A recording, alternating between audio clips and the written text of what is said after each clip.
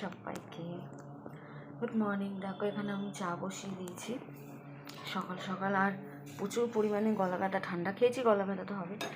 আর আমি দেখো কাওয়া দিয়ে চাটা খাচ্ছি। এই দেখো কাওয়া, এটা আমি কাশ্মীর থেকে নিয়ে এসেছি। তো গলা ব্যথা হলে এটা দিয়ে চা খেলে একদম কমে যায়, খুব টেস্টও হয় খেতে। এখানে আমার চা কমপ্লিট হয়ে গেল কাওয়া দিয়ে। চলো চাটা খাই এবার।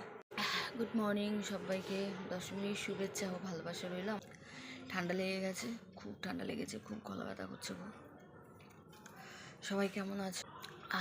কি ভালো লাগছে গরম গরম চা। দেখো মাছ ভেজেছি, মাছের তেলটা পড়েছে, দেখো আর জায়গা খুঁজে পেলো না। এইখানটাতে এসে পড়ার কথা ওদের মনে পড়লো, পুজোর সময় এরকম সহ্য করা যায়? এখানটায় এসে মনে পড়েছে তেলটা পড়া।